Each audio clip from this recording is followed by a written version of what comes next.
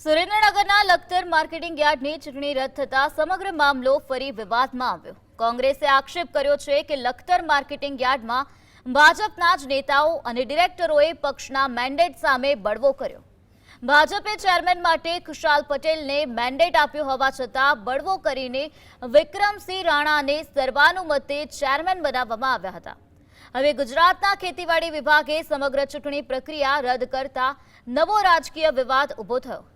ચૂંટણીમાં જીતેલા ચેરમેન સહિતના ડિરેક્ટરો હવે આ નિર્ણયને પડકારવા કોર્ટના દ્વાર ખખડાવવાની તૈયારીમાં છે।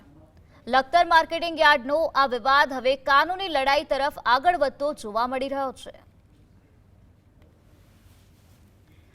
ભારતીય જનતા પાર્ટીના ડાયરેક્ટરો ચૂંટાયેલા હતા, પરંતુ એમાંથી જ્યારે હમણાં એના પ્રમુખ ચૂંટાણા, એના ઉપપ્રમુખ ચૂંટાણા, પણ એ ભારતીય જનતા પાર્ટીના આગેવાનોને અનુકૂળ ન હતા, એમની સામે અવાજ ઉઠાવનારા એવા હતા, એટલે આખી ચૂંટણી જે લોકોએ રદ કરી નાખી છે। કાયદેસરના ચૂંટાયેલા એ પ્રમુખ હોય, ઉપપ્રમુખ હોય, આ બધાની ચૂંટણી લોકો રદ કરી દીધી છે અને હવે એક જૂથ એ હાઈકોર્ટમાં જવાની